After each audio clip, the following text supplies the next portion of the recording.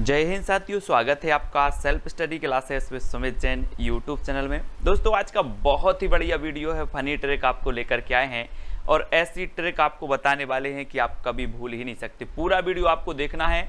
और दोस्तों, जो साहित्य अकादमी जो पुरस्कृत रचनाएं हैं उनको आज हम पढ़ने वाले। इससे पहले मैंने आपको 20 रचनाओं का एक पार्ट दिया था। फर्स्ट ये सेकंड पार्ट है और इसके बाद थर्ड पार्ट आएगा जिसमें आपकी पूरी की पूरी साहित्य अकादमी की जो रचनाएं हैं वो आपको याद हो जाएंगी। ठीक है, तो जिन्होंने इसके पहले के वीडियो ट्रिक की वीडियो नहीं देखे हैं वो देख लें। और रोज सुबह 9:30 बजे आपकी क्लास होती है फनी ट्रिक हिंदी साहित्य। ठीक है, और जो भी साथी अभी व्हाट्सएप ग्रुप से नहीं जुड़े हैं वो 9098609291 इस नंबर से आपको SMS करना है, मैसेज करना है और आपको लिंक मिल जाएगी ग्रुप की। ठीक है, तो स्टार्ट करते हैं दोस्तों आज का ये वीडियो। जो भी नए साथी हैं वो सब्सक्राइब जरूर करें। और आप कोई भी एग्जाम की तैयारी कर रहे हैं, नेट, PGT, टेट, किसी भी एग्जाम की तैयारी कर रहे हैं, हिंदी साहित्य के लिए बहुत ही बढ़िया प्लेटफॉर्म सेल्फ स्टडी क्लासेस। ठीक है दोस्तों, आज को आपको बताना है तेरी मेरी उसकी बात की रचनाकार कौन है। बहुत ही बढ़िया रचना है, कई बार पूछी जा चुकी है दोस्तों। तेरी मेरी उसकी बात है ना, अपन बोलते हैं ना कि तेरी मेरी उसकी बात किसी को नहीं बताना। क्या बोलते हैं अपन? तेरी मेरी उसकी बात किसी को नहीं बताना। लेकिन मैं आपसे बोल रहा हूं कि अपने एक ग्रुप है, ग्रुप एडमिन है, यस करके है, यस नाम है उनका। और तेरी मेरी उसकी बात किसको नहीं बताना? यस को नहीं बताना, यस को। ठीक है, याद रखेंगे। आ नंबर आपका बिल्कुल सही है, हमेशा आपकी मदद करते हैं PDF और हर एक चीज में। यस, तो तेरी मेरी उसकी बात किसको नहीं बताना? यस को नहीं बताना। मतलब इसकी रचनाकार कौन होंगे? यशपाल। ठीक है, यशपाल यानी कि जो आ नंबर है वो आपका बिल्कुल सही हो जाएगा दोस्तों। और इसको जो साहित्य अकादमी पुरस्कार मिला वो मिला 1976 में। 1976 में इस रचना के लिए क्या मिला? साहित्य अकादमी पुरस्कार मिला। ठीक है, तो याद रख लेना, तेरी मेरी उसकी बात यस को नहीं बताना। और 1976 में इसे साहित्य अकादमी पुरस्कार मिला। और कब तक नहीं बताना? 76 साल तक नहीं बताना। ठीक है, तो 1976 आपका हो जाएगा साहित्य अकादमी। अगला बताना है दोस्तों, चुका भी नहीं हूं मैं। चुका भी नहीं हूं मैं की रचनाकार कौन है? थोड़ी सी इमेज दी है, अगर आप समझ सको कुछ तो बता दोगे। 4 विकल्प हैं, 2 सेकंड। आपको पता है दोस्तों, आपको पता है कि जब शेर और हिरन क्या करते हैं? साथ साथ दौड़ते हैं एक दूसरे को। मतलब जो शेर है वो हिरन को पकड़ता है और हिरन कई बार आपने देखा होगा कि क्या करती है? निकल जाती है और शेर चूक जाता है ना। लेकिन शेर देखता है आजू बाजू, बोले अभी चूका नहीं हूं मैं, चूका भी नहीं हूं, अभी चूका भी नहीं हूं। तो शेर बोलता है चूका भी नहीं हूं। तो इस जो रचना है वो किसकी हो जाएगी? शमशेर बहादुर जी की। ठीक है, याद रखना दोस्तों, इन्हें कवियों का कवि भी कहा जाता है, शमशेर बहादुर साहब को।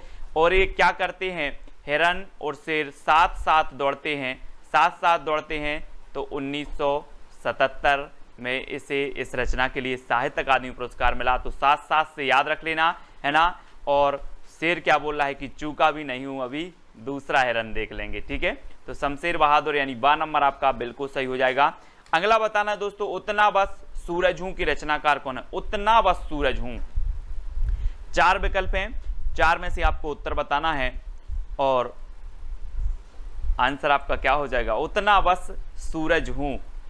तो हम क्या बोलते हैं दोस्तों, जो उभरता हुआ सितारा होता है, जो भारत का भूषण होता है, वो हम बोलते हैं कि आप तो हमारे भारत के क्या हो? सूर्य हो, सूर्य पुत्र हो।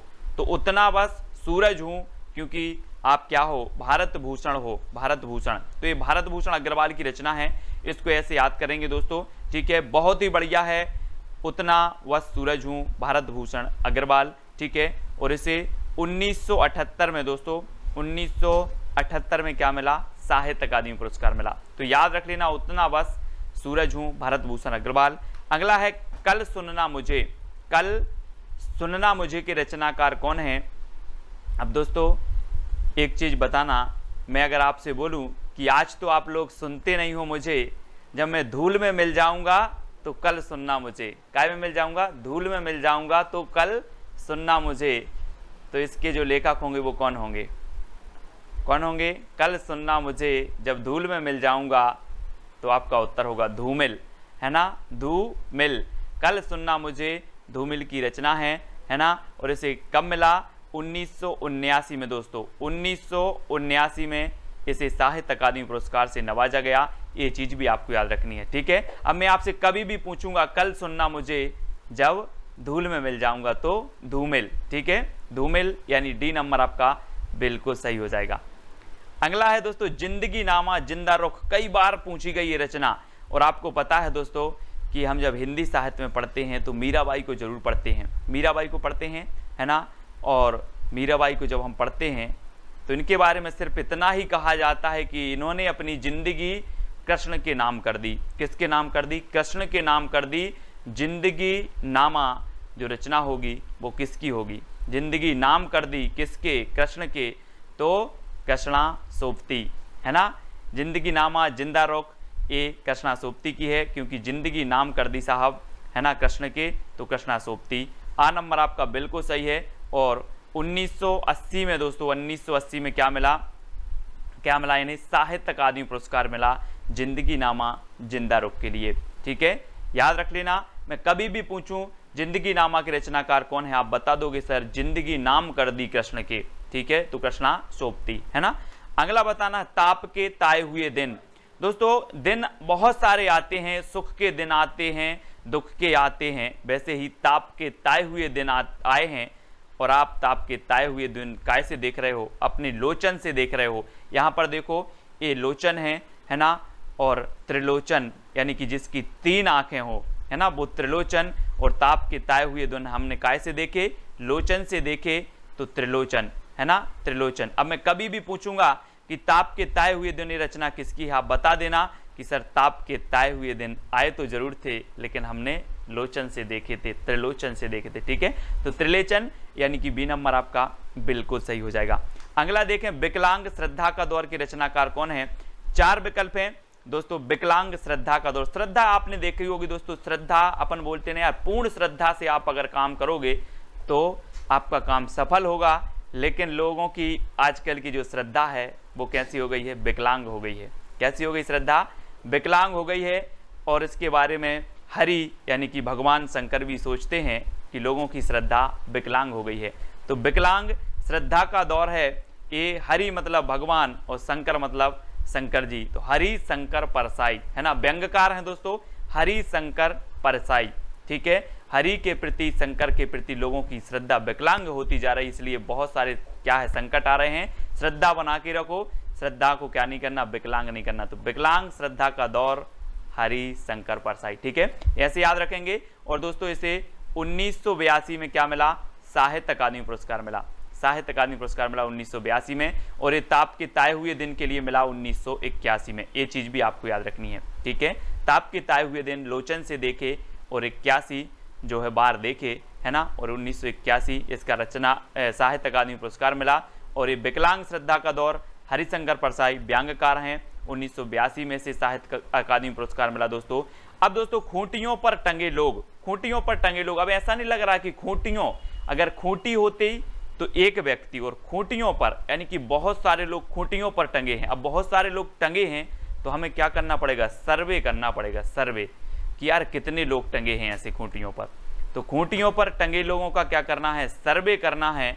तो इसके लेखक कौन होंगे, सर्वेश्वर दयाल सक्सेना। कौन होंगे, सर्वेश्वर दयाल सक्सेना। अब मैं कभी भी आपसे पूछूंगा कि खूंटियों पर टंगे लोग किसकी रचना है, तो आप बोलोगे सीधा सीधा कि सर खूंटियों पर लोग टंगे हैं तो इनका सर्वे करना है, यानी कि सर्वेश्वर दयाल सक्सेना, यानी डी नंबर आपका बिल्कुल सही होगा। और इसे 1983 में साहित्य अकादमी पुरस्कार मिला। और आपने सर्वे किया तो कितने लोग टंगे थे, 83 लोग टंगे थे। कितने, 83। तो 1983 में से साहित्य अकादमी पुरस्कार भी मिल गया, खूंटियों पर टंगे लोग, है ना। अगला है लोग भूल गए हैं। लोग भूल गए हैं किसे, पहले बोलते थे रघुवीर सहाय करना, राम सहाय करना, आज तो लोग भूल गए हैं रघुवीर को, है ना। लोग भूल गए हैं किसको, रघुवीर को। पहले तो बोलते थे रघुवीर सहाय, मुंह से आवाज निकली रघुवीर सहाय करना, लोग भूल गए हैं, यानी कि कैसे, रघुवीर। आ नंबर आपका बिल्कुल सही है ना। वो आपने सुना होगा दोस्तों, क्या होगा कि दुख में सुमरन सब करें, सुख में करे ना कोई, और सुख में सुमरन सब करे तो दुख काहे को हो। इसलिए लोग भूल गए हैं, है ना, क्योंकि लोगों के पास सुख आ गया है। मत भूलो रघुवीर को और यही सहाय करेंगे, तो लोग भूल गए हैं। रघुवीर सहाय की रचना है, बहुत बढ़िया है, पूछी जाती है और 1984 में इसे साहित्य अकादमी पुरस्कार भी मिला है। ठीक है दोस्तों, मैं एक बात जरूर कहूँगा कि जितनी भी साहित्य अकादमी पुरस्कार से पुरस्कृत रचनाएं हैं, ज्ञानपीठ, व्यास सम्मान, ये सबसे पहले आपके लिए महत्वपूर्ण होती हैं, है ना, क्योंकि ये रचनाएं अधिकांश पूछी जाती हैं। तो लोग भूल गए हैं कैसे, रघुवीर सहाय। ठीक है, कब्बे और काला पानी की रचनाकार कौन है दोस्तों, कब्बे और काला पानी। आपने सुना होगा दोस्तों, आजादी के पूर्व काले पानी की सजा होती थी। काले पानी की सजा यानी कि अगर एक काले पानी की सजा हो गई अगर व्यक्ति को, तो वो वापस नहीं आ पाता था कभी। काले पानी की सजा, है ना। अंडमान निकोबार द्वीप आपने देखा होगा, वहां पर इसको समुद्र के उस पार भेज दिया जाता था और वहां से वापस नहीं आता था कभी व्यक्ति। और कब्बे और काला पानी, यहाँ पर आप देखो समुद्र में एक साइड काला पानी है और एक साइड कैसा है, निर्मल पानी है। तो हमें कैसा पानी पीना है, काला पानी नहीं पीना, हमें निर्मल पानी पीना है। कैसा, निर्मल।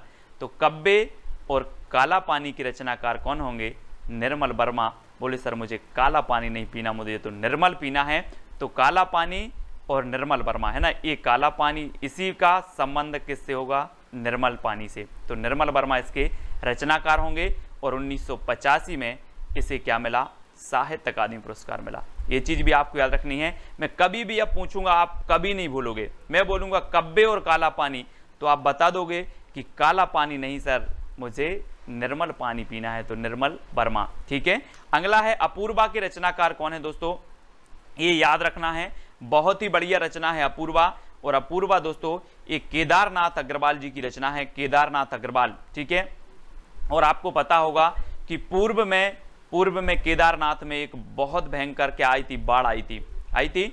तो केदारनाथ में पूर्व में आई थी। तो अपूर्वा ये केदारनाथ अग्रवाल की है। और दोस्तों 1986 में इसे साहित्य अकादमी पुरस्कार मिला, 1986 में अपूर्वा के लिए। ठीक है, और केदारनाथ अग्रवाल इसकी रचनाकार हैं। इन्हें कैन का कवि भी कहा जाता है, केदारनाथ अग्रवाल जी को। अगला है दोस्तों मगध के रचनाकार कौन है, मगध। अब एक चीज बताना दोस्तों कि जो मगध है, मगध के जो राजकुमार थे वो क्या करते थे, मगध के आपने क्या पढ़ा था, मगध एक साम्राज्य था, है ना, बहुत बड़ा साम्राज्य था मगध। और मगध यहाँ पर रचना आई है। तो मगध के जो राजा होते थे दोस्तों, जब किसी को सजा देते थे तो वो क्या करते थे, कान पकड़ते थे। क्या पकड़ते, कान पकड़ के सजा देते थे। तो श्रीकांत आपका बिल्कुल सही होगा, श्रीकांत यानी कि जो डी नंबर है वो आपका बिल्कुल सही हो जाएगा, है ना, श्रीकांत आपका सही होगा, श्रीकांत। ठीक है, यानी डी नंबर आपका बिल्कुल सही होगा। 1987 इसका रचनाकाल है, क्या है, 1987। ठीक है, रचनाकाल नहीं मतलब इसे साहित्य अकादमी पुरस्कार मिला है। मगध के रचनाकार हैं श्रीकांत वर्मा और 1987 में इसे साहित्य अकादमी पुरस्कार मिला। ये चीज आपको याद रखनी। ठीक है, अगला है दोस्तों अरंड के रचनाकार कौन है, अरंड मतलब आपको पता है क्या होता है, अरंड मतलब होता है वन। और वन में कौन गए थे, अयोध्या के नरेश श्री राम गए थे वन में कि नहीं गए, 14 साल का वनवास हुआ और कहाँ गए थे, अरंड में गए थे, वन में गए थे, कौन गए थे, नरेश। तो अरंड के रचनाकार कौन होंगे, नरेश मेहता, है ना। ऐसे कॉमन सेंस लगाना है और कुछ भी नहीं है ये, ना कोई ट्रिक है ना कुछ, सिर्फ अरंड में कौन गए थे, तो बोले अयोध्या के नरेश गए थे, है ना। तो नरेश मेहता, आ नंबर आपका बिल्कुल सही होगा। और दोस्तों 1988 में इसे क्या मिला, साहित्य अकादमी पुरस्कार मिला अरंड के लिए। ठीक है, नरेश मेहता जी की बहुत ही बढ़िया रचना है, याद रखना। अकाल में सारस की रचनाकार कौन है दोस्तों, अब दोस्तों एक चीज याद रखनी है, एक है केदारनाथ अग्रवाल और एक है केदारनाथ सिंह। ठीक है, केदारनाथ अग्रवाल की रचना अपूर्वा के लिए साहित्य अकादमी पुरस्कार मिला, लेकिन जो अकाल में सारस है ये केदारनाथ सिंह की रचना है, केदारनाथ सिंह, है ना। और इसे भी साहित्य अकादमी पुरस्कार मिला, यानी बी नंबर आपका सही हो जाएगा। और अकाल में सारस कहाँ जा रहे थे, केदारनाथ जा रहे थे। अकाल में सारस, ये सारस हैं दोस्तों, सारस, है ना। और सारस आपने देखे होंगे। और ये कहाँ जा रहे थे, अकाल में केदारनाथ जा रहे थे, केदारनाथ। तो केदारनाथ अग्रवाल, केदारनाथ सिंह की रचना है अकाल में सारस। और 1989 में दोस्तों इसे साहित्य अकादमी पुरस्कार मिला, ये चीज भी आपको याद रखनी है। ठीक है, 89। अगला है नीला चांद के रचनाकार कौन है दोस्तों? नीला चांद। और दोस्तों आपने देखा होगा शंकर जी को आपने देखा है, इनकी मूर्ति को आपने देखा है, इनकी सिर पर यहाँ पर एक चांद का वो रहता है, चांद का चित्र बना रहता है इस प्रकार से। तो नीला चांद, यहाँ पर देखो तस्वीर में देखो शंकर जी की, जरा प्रणाम कर दो सभी लोग, है ना। और ये नीला चांद है, किसके सिर पर है? शिव जी के। तो ये नीला चांद रचना किसकी होगी? शिव प्रसाद सिंह की। ठीक है, अब किसी और की तो नहीं होगी? बोले सर नहीं होगी। अब जब नीला चांद आपने दिखा ही दिया है, तो ये नीला चांद तो कभी नहीं भूलेंगे शिव प्रसाद सिंह। और इसे मिला 1990 में। 1990 में क्या मिल गया दोस्तों? साहित्य अकादमी पुरस्कार मिला, साहित्य अकादमी। ठीक है, इसको आपको याद रखना है दोस्तों। मैं वक्त के हूँ सामने, मैं अगर किसी से बोलूं कि मैं वक्त के हूँ सामने, तो वो बोलेगा यार वक्त के सामने क्यों खड़ा है, गिर जा, क्या कर, गिर जा। तो मैं वक्त के हूँ सामने क्यों खड़ा है, गिर जा, यानी कि गिरजा कुमार माथुर। ठीक है, गिरजा कुमार माथुर इसके रचनाकार हो जाएंगे। अब वक्त के सामने खड़े नहीं होना है, गिर जाना है। ठीक है, तो गिरजा कुमार माथुर, मैं वक्त के हूँ सामने, गिरजा कुमार माथुर। और 1991, ठीक है, 1991 में दोस्तों इसे क्या मिला? साहित्य अकादमी पुरस्कार मिला 1991। और 90 में इसे मिला था आपकी नीला चांद के लिए। ठीक है, ये तो आपको पता है, नीला चांद 90 में इसे मिला। 1991 में मैं वक्त के हूँ सामने, इसके लिए साहित्य अकादमी पुरस्कार मिल गया।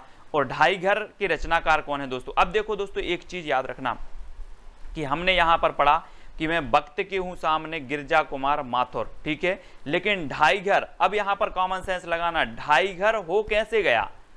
3 घर हुए हो, पहले होंगे 3 घर, 3 घर में से आधा घर क्या हो गया? गिर गया, बचे कितने? ढाई घर। तो ढाई घर में से आधा, 3 में से आधा गिरा, क्या गिरा? घर गिरा। तो कौन होंगे? गिरा तो गिरिराज किशोर, है ना, गिरिराज किशोर। बोले आधा घर गिर गया है तो गिरिराज किशोर। ठीक है, बचे कितने घर? ढाई घर। थे कितने? 3 घर थे इस प्रकार से। और यहाँ से आधा घर गिर गया तो बचे ढाई। बोले सर ढाई घर, आधा कहाँ गया? बोले गिर गए।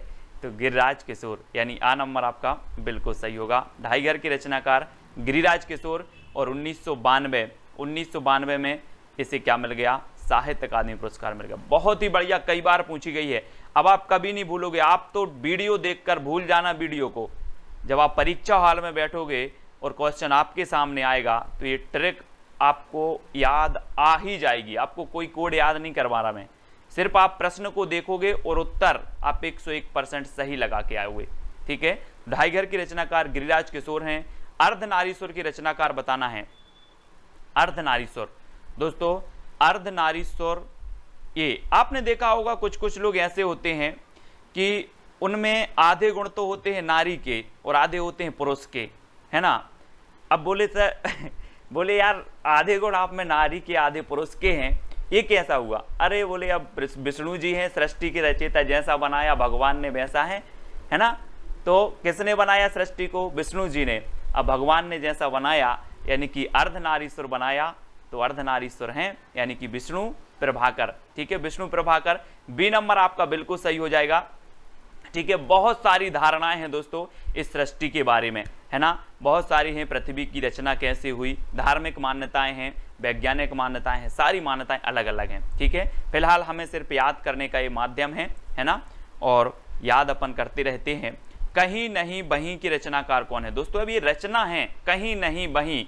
अब बोले सर ऐसे कैसे याद होगी? ये होगी कैसे याद होगी? 4 विकल्प हैं, 2 सेकंड आपको दिए जाएंगे। कहीं नहीं बहीं, जब सीता जी का हरण हो गया दोस्तों, तो इन्होंने कहा था कि हमें कहीं नहीं, हमें वहीं बैठना है। कहाँ? अशोक के वृक्ष के नीचे।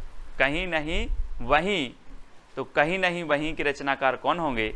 अशोक वाजपेयी। कौन होंगे? अशोक वाजपेयी, क्योंकि सीता जी ने कहा कि हमें कहीं नहीं वहीं बैठना है। जो शोक को हरता है वो क्या है? अशोक वृक्ष। और अशोक के नीचे बैठना है हमें, कहीं नहीं वहीं, यानी कि अशोक के वृक्ष के। तो अशोक वाजपेयी इसके रचनाकार होंगे। और 1994 में इसे साहित्य अकादमी पुरस्कार मिला। बहुत ही बढ़िया रचना है, आप कभी नहीं भूलोगे। बोले कहीं नहीं वहीं, कहाँ? अशोक के वृक्ष के नीचे। ये यहाँ पर देखो चित्र में जरा, ये हनुमान जी आए हैं और सीता जी अशोक के वृक्ष के नीचे बैठी। बोले हमें कहीं नहीं जाना, हम तो वहीं जाना अशोक के वृक्ष के नीचे।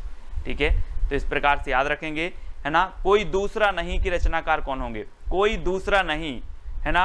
कभी कभी ऐसा होता है दोस्तों, कैसा होता है, बोले कोई दूसरा नहीं, हमें तो कौन चाहिए, कुंवर चाहिए, कुंवर, है ना। कुंवर किसको बोलते हैं, आप लोग पढ़ते होंगे, कुंवर किसको बोलते हैं, बोलते होंगे, है ना। तो कभी कभी ऐसा होता है, हमें कोई नहीं चाहिए, हमें सिर्फ कुंवर चाहिए। क्या चाहिए, कुंवर।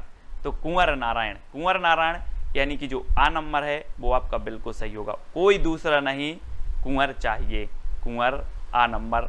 आप लोग अपने अपने हिसाब से याद कर लेना। और 1995 में इस रचना के लिए दोस्तों साहित्य अकादमी पुरस्कार चाहिए। और कितने साल का कुंवर चाहिए, 95 साल का। कितने साल का, 95।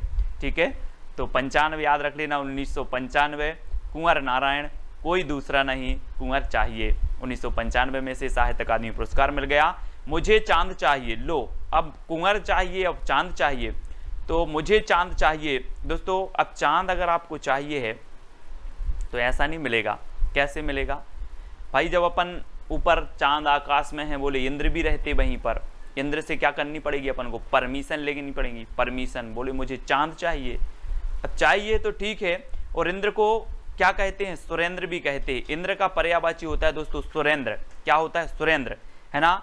तो अगर चांद चाहिए तो इंद्र की परमिशन लेना है, सुरेंद्र की परमिशन लेना है, तो सुरेंद्र वर्मा। मुझे चांद चाहिए, सुरेंद्र वर्मा की रचना है। कभी भी याद रख लेना, बहुत अच्छी रचना है, मुझे चांद चाहिए।